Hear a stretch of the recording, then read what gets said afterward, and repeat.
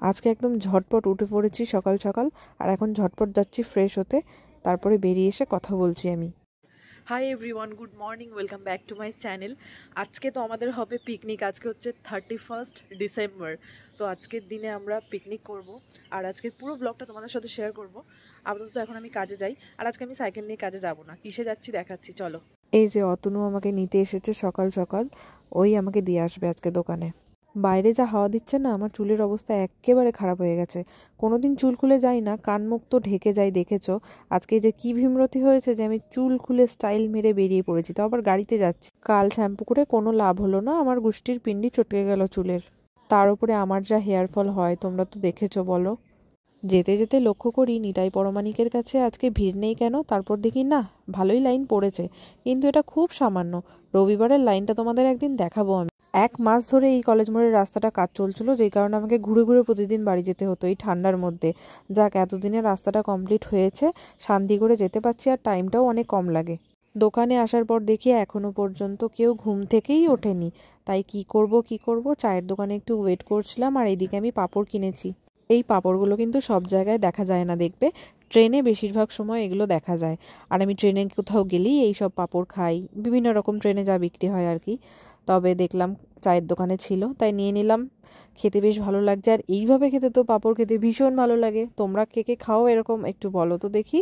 10টা বাজতে না বাজতেই আমি চলে এসেছি সিজু আর পুকুকে নিতে। ওরা আমার জন্যই ওয়েট করছিল, যে দিদি কখন আসবে আমাদের নিয়ে যাবে। আজকে বছরের শেষ দিন, ওদের সাথে খুব আনন্দ মজা করব। আবার তো কালকে থেকে নতুন বছর শুরু হবে।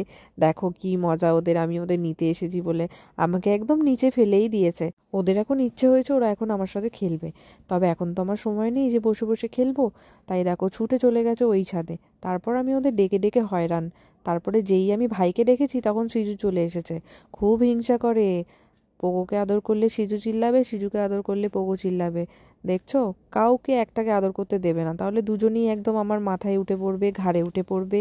নিচে আসার পর ওরা খুব ক্লান্ত হয়ে গেছে, অনেক লাফালাফি করেছে তো তাই।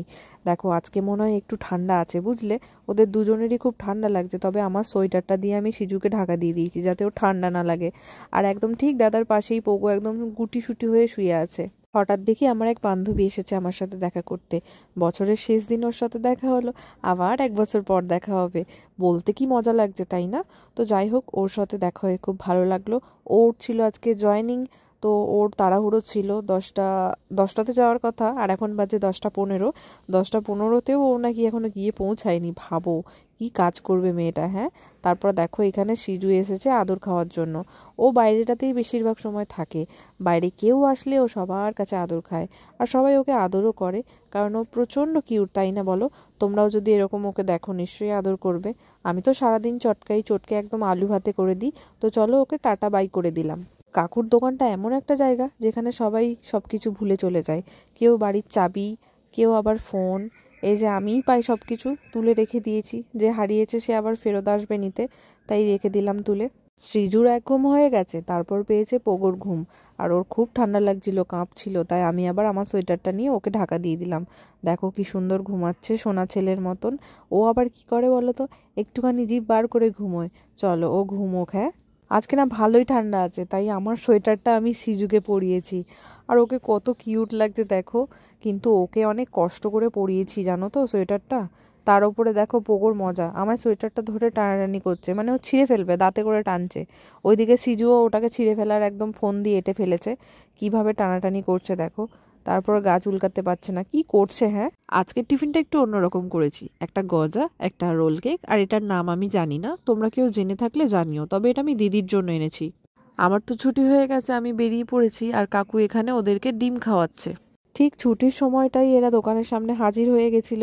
তো আমরা এখন যাব, ওই যে রয়েছে ওর হাতে বড় একটা হোম থিয়েটার, এটাতেই আমাদের পিকনিকের গান বাজনা হবে।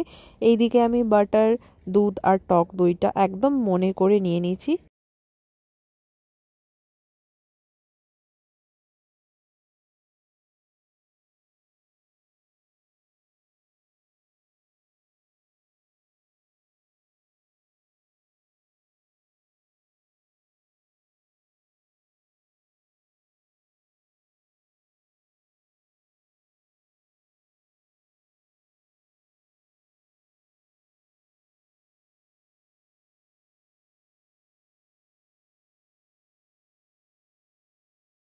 এটা নাকি রাজের রুম, আর ওর রুমের অবস্থাটা দেখছো কি অবস্থা। আমি আর শুভশ্রী দেখে তো মাথায় হাত, যে এরকম অবস্থা। ও মানে বাড়ি আসে লেপের তলায় ঢুকে যায়, আবার যায় বেরোয়, যখন লেপের তলায় থেকে বেরোয় আবার কাছ থেকে বাড়ি আসে তখন আবার ওই লেপের তলাতে ওর ট্রান্সফার হয়ে যায়। আমরা আমাদের লোকেশনে চলে এসেছি, আর এদের এখন আলোচনাই শেষ হচ্ছে না। আর দুজন তো এখনো পর্যন্ত আসতেই পারিনি, গেটের মুখেই দাঁড়িয়ে আছে। তো আমরা এখন জায়গা ঠিক করছি যে ছাদের কোন জায়গাটায় মানে মানে পিকনিকটা করা হবে। আর আমাদের এখন কিছুই বাজার করা হয়নি, এত বিশাল ট্যালেন্টেড মানুষ রাঁধুনি গাইজ, এখনো বাজারই হয়নি। তার চেয়ে বড় কথা, এখানে এসে আগে রিলস বানানো হয়ে গেছে, কিন্তু কোথায় রান্না করবে সেটা ঠিক হয়নি। আগে রিলস বানিয়ে নিয়েছি, আমি বানিয়ে নিয়েছি, 3টে রিলস বানিয়েছি, একটা বানিয়েছি 3টে শটে বানিয়েছি আমি নিজে দেখে, মানে দুবার টেক নিয়েছি। রোদ লাগছে রে, চল চল চল আমরা বাজারটা যাই। ওই তো আমরা বাজারটা যাই, চলে এসেছে, চল চল রাজও চলে এসেছে, চল চল আমরা যাই বাজারটা করে আসি হটফট করে, অনেক কাজ আছে। এখানে অতনু গুন্ডা সেজে চলে এসছে, পিকনিক করতে এসছে না গুন্ডামি করতে এসছে বুঝতে পারছি না, বুঝলে ওকে দেখে। বাই দ্য ওয়ে, এই লুকটাতে বেশ ভালোই লাগছে ওকে, খারাপ লাগছে না কিন্তু। কি বলো তোমরা? এখনো পর্যন্ত বাজার হয়নি, 1:30 বাজছে। ওইদিকে রাজকে দেখো ফোনে কথা বলতেই ব্যস্ত। আজকে দিনে ছুটি নিতে পারতো, ছুটি নেয়নি, ছেলের তো কাজ আছে। আর আমাদের এখন বাজার কি করে করে উঠবো সেটাই একদম মাথায় হাত পড়ে গেছে সবার।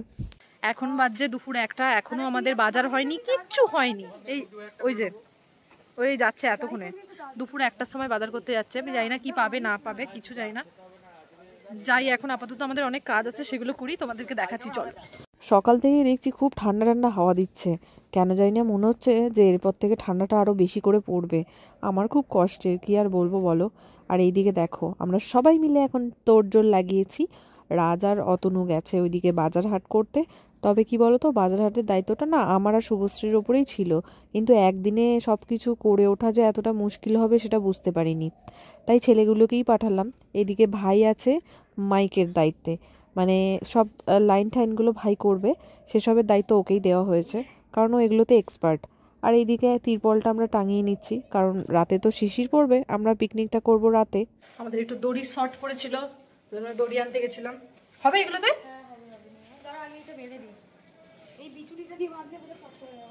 পাওয়া গেছে শেষে দড়ি।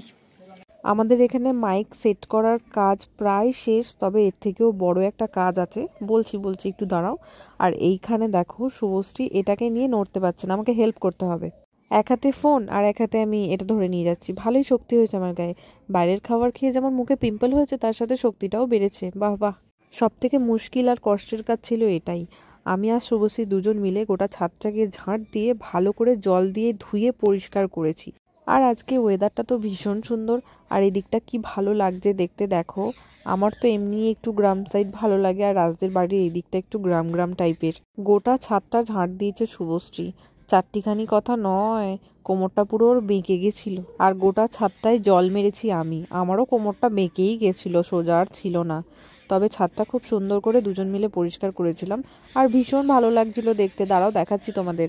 এই যে দেখো, পুরো ছাদটা একদম পরিষ্কার ঝকঝকে চকচকে করে ফেলেছি।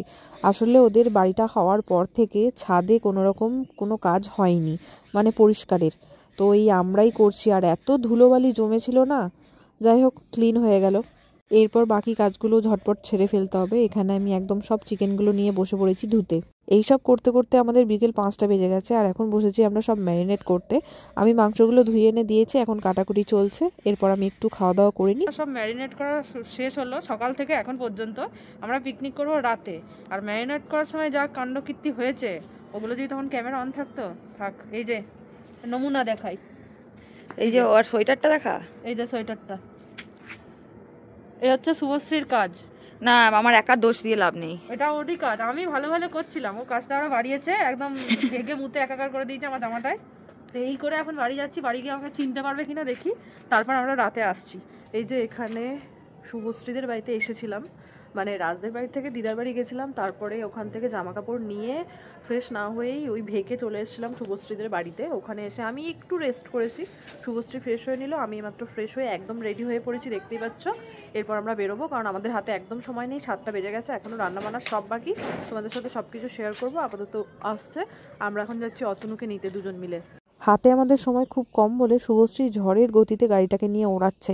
চলো তাহলে আমরা উড়েই চলে যাই। আর এখানে আমাদের সবকিছু কমপ্লিট, লাইটও লাগানো হয়ে গেছে, কি ভালো লাগছে তাই না?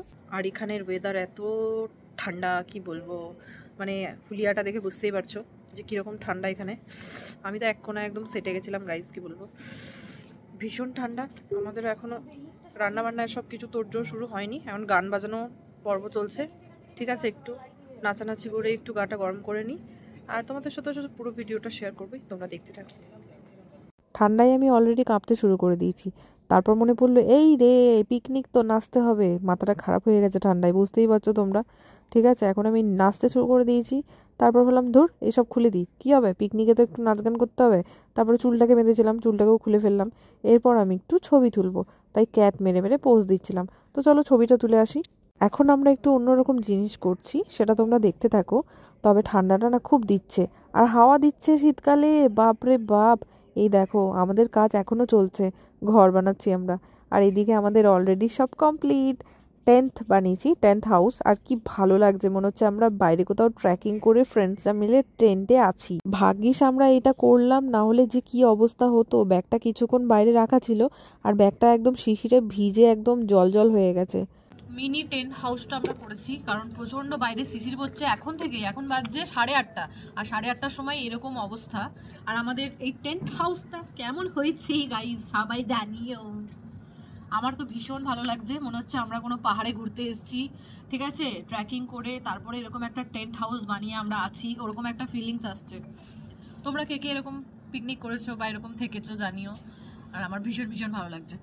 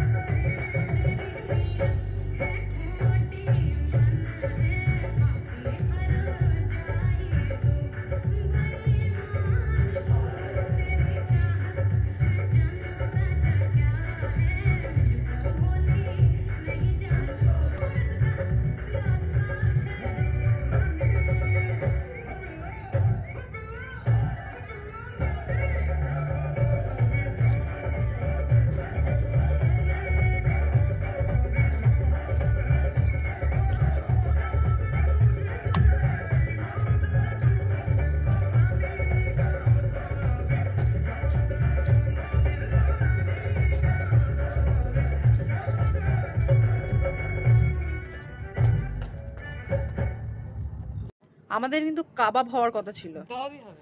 তাহলে কাবাবে কি ভাজে? না, কাবাবে কাঁচা খায়। আজও ওর বক্তব্য যে আমি বললাম তেল লাগবে, বাটার লাগবে, ভাজা হবে। দিয়ে বলছে আমি অয়েল ফ্রাই কথা বলছি না, আমি কাবাব খাবো। তো কাবাবে তো ভাজে, আলটিমেট কাঁচা তো খায় না, অল্প অয়েল ব্রাশ করে ভাজে। এখন আমার কাছে কাবাব স্টিক নেই, শিক নেই। হোগা দিয়ে ভাজো, তুমি যাই করে ভাজবে ভাজো, আমি কাবাবই খাবো। আমি জানি না, কাবাব খাবো গাইস। এখনো তেলই আসেনি, আর তেলই আসেনি, আর খাওয়ার করছে। এখনো হালকা ম্যারিনেট বাকি আছে। চলো কাজে লেগে পড়ি, অনেকটা লেট হয়ে গেছি গাইস। 12টা বাজার আগে অ্যাটলিস্ট আমাদের সব কমপ্লিট করতে হবে, ঠিক আছে, কারণ 12টার পরেই আমরা খাবো।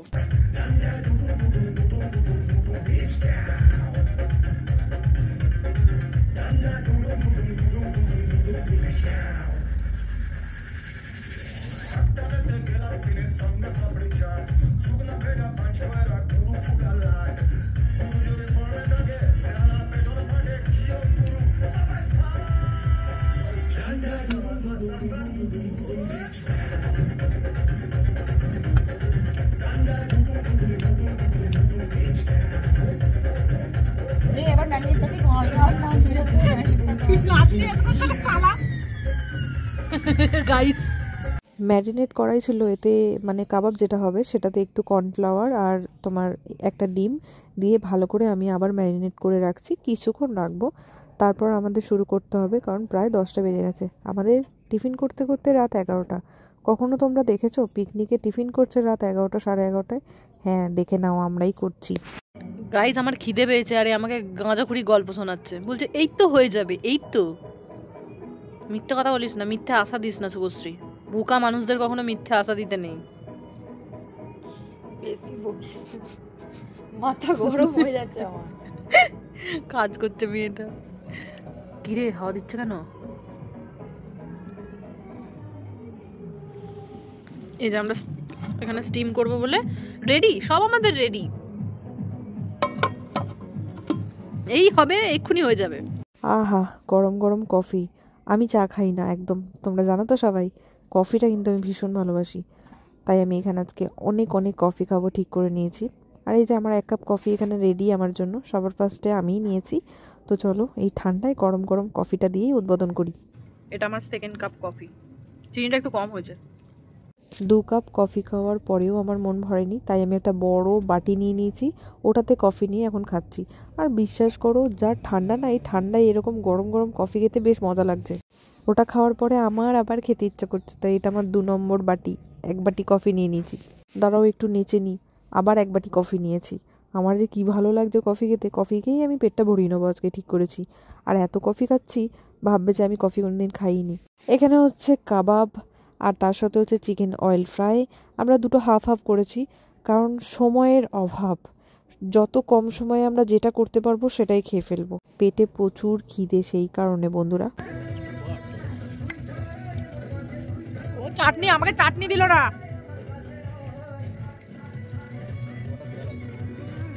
আমাকে চাটনি দিল না, চাটনি দিল না আমাকে। পোড়া পোড়া দে আমাকে পোড়াই। অয়েল ফ্রাইগুলো না ওরা একটু জুসি জুসি করেছিল, আমার আবার অত জুসি ভালো লাগে না, তাই আমি নিজের জন্য কয়েকটা অয়েল ফ্রাই করছি, একদম আমার মনের মতন, যেরকমটা আমি খেতে ভালোবাসি। আর এখানে কাজ করতে করতেও আমি নাচ করছি, ডুডুং ডুডুং করে, দেখতেই পাচ্ছ। খুব এনজয় করছি আর কাজ করছি। তো চলো আমার অয়েল ফ্রাইগুলো আমি করে ফেলি, তারপর সেটা তোমাদের দেখাই।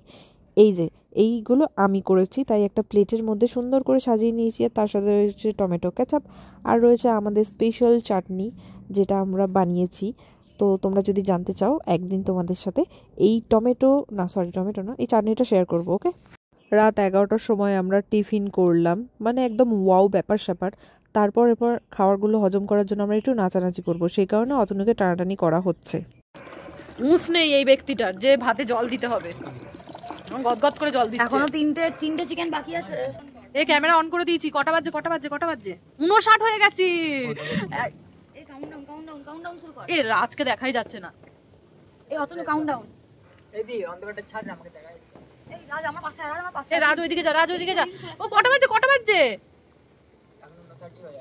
কাউন্টডাউন। এখনো পর্যন্ত 59 হয়ে আছে, আর 1 minute. Guys, happy new year হবে এক্ষুনি। এ কটা বাজে? চিল্লাবি বাবা। খুব এক্সাইটেড, এই বছরটা এখানেই শেষ, আর কিছুক্ষণ তারপরে আমাদের নতুন বছর শুরু। স্টাইল মারতেই ব্যস্ত রাজ। কটা বাজে? 59।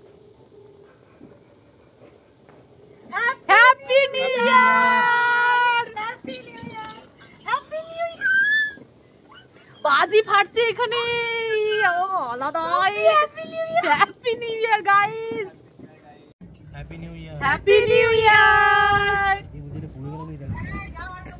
দাদা আমি ওটা তুলে দেব। রান্নাই হয়নি।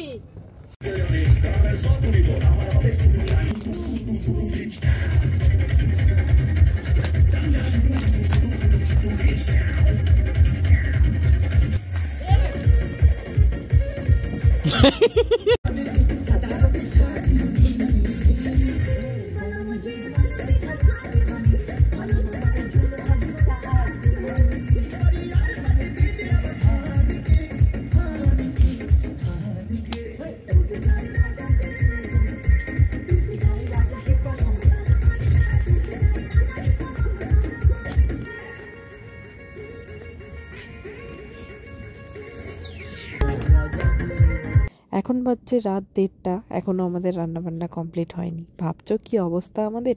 আসলে আমাদের টিফিন কাবাবটাই তো খেয়েছি 11টা 11:30 পর, তাহলে কি করে পেটে জায়গা হয় বলো?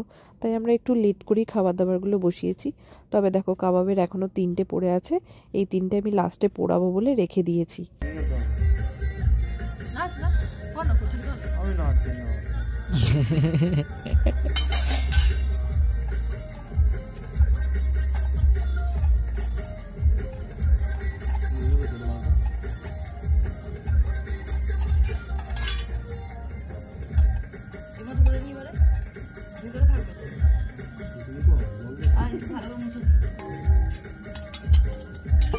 এখন বাজছে রাত 2:30 আর এখন আমরা সবাই খেতে বসেছি। আমি একদম অল্প নিয়েছি কারণ আমার পেটে একদম জায়গা নেই। 1 হাতা ভাত আর গ্রেভি আলু চিকেন 1 পিস। এখন বাজে 2:45, ঠিক 3:30-এর মধ্যে ঢুকে যাওয়ার চেষ্টা করব বাড়ি। আর বাইরে কেউ কোথাও নেই, ফাঁকা রাস্তা, আর এই হাইওয়েটা দিয়ে যেতে খুব ভালো লাগছিল। আর তারপর হয়েছে একটা কাণ্ড। এখানে দেখো লরিটা কোথায় দাঁড়িয়েছে, একদম রোডের মাঝখানে, কোনো গাড়ি পাস হতে পারবে না এমন একটা জায়গায় দাঁড়িয়েছে। তো আমরা অতনুকে পাঠিয়েছি দেখার জন্য, কারণ আমরা অনেকক্ষণ ধরে হর্ন দিচ্ছিলাম, গাড়িটা কিছুতেই সরছে না, কোনো রেসপন্স আমরা পাচ্ছিলাম না। আর এখানে আমি একদম ঠান্ডায় গুটিসুটি হয়ে গেছি, কারণ খুব ঠান্ডা গাইস, কি বলবো। অতনু আসে, তারপর আমরা জানতে পারি যে লরির ভেতরে যারা ছিল তারা মদ খেয়ে লরিতেই ঘুমিয়ে পড়েছে। তো যাই হোক, কী করবো, আমরা আবার ঘুরে ফিরবো বাড়ি। আর ভিডিওটা ভালো লাগলে একটা লাইক কমেন্ট শেয়ার করে দিও। দেখা হবে নেক্সট ভিডিওতে তোমাদের সাথে। টাটা।